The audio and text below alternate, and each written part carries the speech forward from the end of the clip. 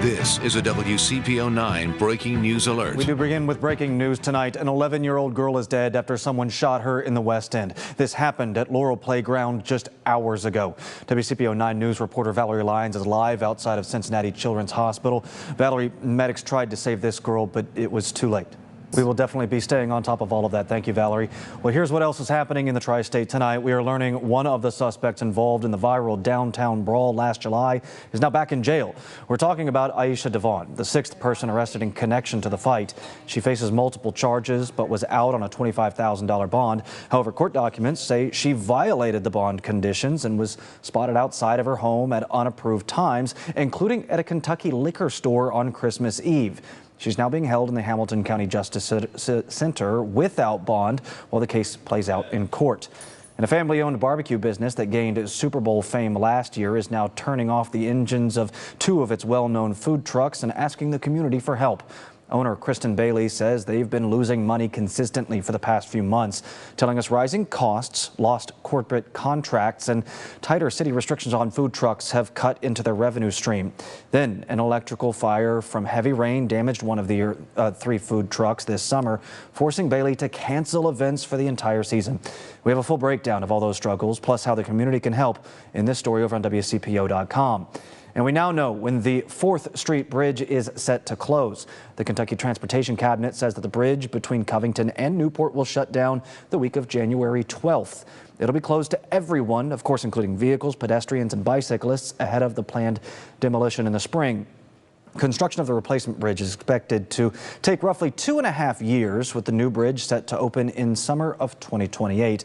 In the meantime, a shuttle service is available for residents impacted by the closure. Well, Northern Kentucky health officials now say at least 800 people were exposed to measles in Grant County, but the real total could be in the thousands. I called them to see how they're trying to stop the spread.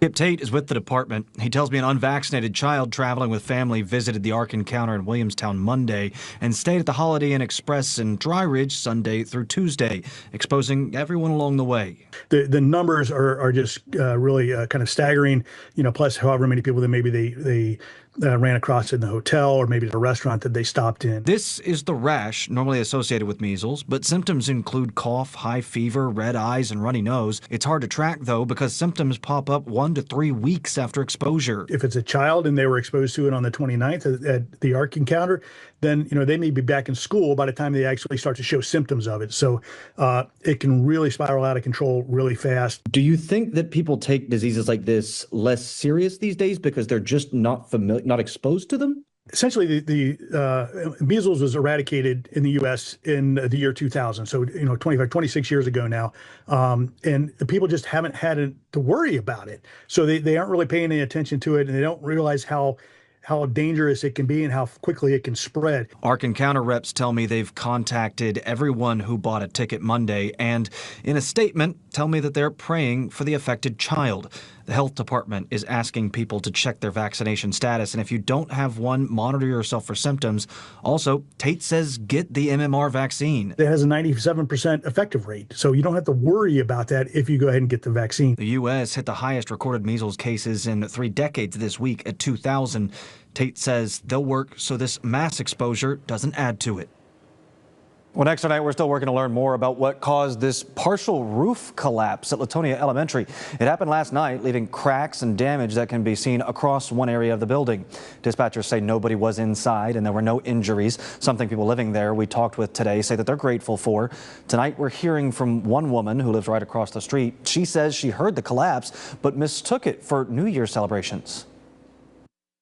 After I got on the Latonia discussion page, it was not that. Actually, it was the gym had collapsed, or so they say. It definitely is a scary thought to think about. I'm really glad that school wasn't in session, and we're glad that I'm glad they have virtual as an option, because obviously I would like to think it's not safe to go in there. We reached out to the Covington Independent School District for more information. Superintendent Alvin Garrison tells us they're working with experts and closely monitoring the situation to determine whether or not the damage will impact a return to school next week. Well, turning across the pond, officials in Switzerland say around 40 people are dead and at least 115 are injured after a massive fire at a popular ski resort in the Alps. Investigators say it is not believed to be a terror attack, but they are still working to figure out exactly what caused it. The fire broke out during New Year's celebrations at a bar. One eyewitness is now reporting that they saw one bartender lifting another onto his shoulders as she held a lit candle in a bottle, while another says she saw waiters carrying giant sparklers with bottles of champagne too close to the ceiling shortly before the fire began. And the The sparklers that were alight were right next to the ceiling. Exactly. And so it took a fire, and I realized, like, me and my friends, we were the first one to realize that there was fire. Officials say those who were hurt have serious injuries, including severe burns. Many families are still waiting for information on their loved ones, as officials say it could take days to identify everyone involved. Back here in the U.S., we are learning that the National Guard will soon leave Chicago, Los Angeles, and Portland.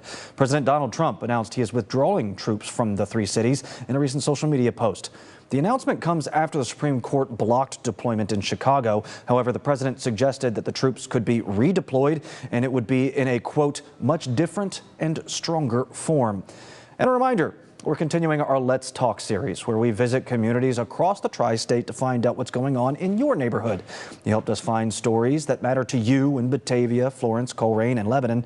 Now we're bringing this community series to Southeast Indiana. So mark your calendars. Our next event is happening January 22nd from 4 to 6 at the Lawrenceburg Public Library. Several members of our team will be there, including myself, Good Morning Tri-State anchor Kristen Scovira, consumer reporter Taylor Nimmo, and education reporter Deja Gross. Please come on out. We want to hear from you about your concerns and what we can do to help you. Well, coming up, it's the final weekend of football for the Cincinnati Bengals and their fans. And for one local family, it's a chance to honor a teen who passed away without getting to watch his favorite team at Paycor. We'll show you how. You're watching WCPO 9, part of the Scripps News Group.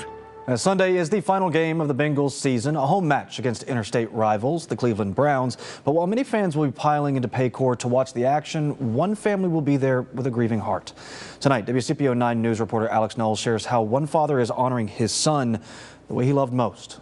Well, next, 2026 marks the official end of COVID-era tax credits tied to the Affordable Care Act, which means some 20 million Americans will soon see their health care premiums skyrocket. The nonpartisan Kaiser Family Foundation says it expects premiums to jump by roughly 114% on average. The subsidies were a major sticking point for Democrats during the 43-day government shutdown.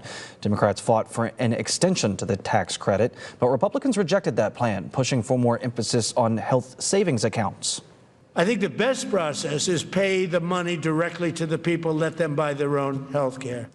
However, President Donald Trump has previously said he plans to meet with health insurance companies and ask them to lower their rates. We've not seen the end of this debate just yet, though. The House is planning to vote on a bill to extend the tax credit by 3 years when lawmakers return to Washington, D.C. next week. So far, it's not clear if the Senate will follow suit. And here locally, some health care access has been restored. TriHealth and United Healthcare struck a deal to keep thousands of patients in network just hours before their midnight deadline. It means all of these United Healthcare plans will continue uninterrupted. Employer-sponsored commercial plans, Medicare Advantage plans, including Group Retiree and Dual Special Needs Plan, or DSNAP, Medicaid plans, and Veteran Affairs Community Network. You can also head to our website, WCPO.com, for more details. And just a little while ago, we heard from the parents of another New Year's Day baby. Meet Koa Murray. He was born at 12:24 this morning in Middletown and was at Atrium Medical Center, their first baby of 2026. Congratulations to all of these families from all of us here at WCPO 9 News, including meteorologist Mark Stitz. Mark, I remember when my baby was, a New Year's baby, and I was taking her out Norwood for their first walk. About 13 blankets on, big old beanie cap, everything. They're going to about to go through the same thing, I imagine. Only the strongest babies are born in the middle of winter, right? I was a July baby, so I guess I'm one of the weaker ones. I'm January, so. Cold weather. It's still hanging around with us. And obviously cold today, but it could be so much worse this time of year. So we'll take these low 30s we had out there today. Yeah. And a lot more of that on the way. Love seeing those 50s. Thanks, Mark. Were you one of the people to make a New Year's resolution last night? And if so, are you worried about sticking with it past January? We'll have some tips to make that resolution last. Straight ahead at 11. Did you make any New Year's resolutions last night? I'd say most of us do, but how do you stick with them for more than a few weeks? Consumer reporter John Matarese explains so you don't have to waste your money. Well, many New Year's resolutions also involve making changes to your budget, and our consumer team is here to help. So feel free to reach out to John or consumer reporter Taylor Nimmo with all of your financial questions and concerns. We have both of their email addresses right there on your screen and, of course, over at WCPO.com. Well, Kentucky bourbon maker Jim Beam has officially paused production at its main distillery in Bullitt County. The company announced the move in December, with officials saying part of the issue is too much supply. On top of that, experts say higher prices have caused people to pull back on discretionary spending, leading to a drop in demand. We know the pause is in effect for all of 2026, but the timeline beyond that is unclear. Well, stick with us. More WCPO 9 News right after this.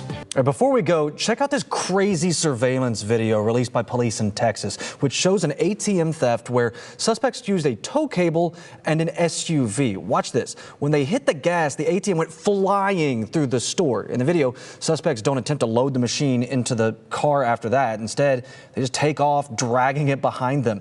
Police said that they found it at an abandoned on a nearby service road. Well, here is also a great way to start off the new year right. TSA has released its 2026 Canine Calendar. It features 13 of the agency's more than 1,000 explosive detection dogs. One of them is Steeler, a 3-year-old lab who works at Pittsburgh International Airport. He's the winner of last year's TSA Cutest Canine Contest. And you can get Steeler and all of the other cute pups for free by going to TSA.gov. I wonder if there's a bingo somewhere. Yeah, what's with Steeler? Yeah, well, we're going to do the Steelers here. This is Cincinnati. Anyway. Can't hold it against the dog, but yeah. He is still cute, so that's fine. All right, well, that'll do us for us tonight at WCPO 9 News at 11. We're always on at WCPO.com. And, of course, join us bright and early for Good Morning Tri-State. Take it easy, guys.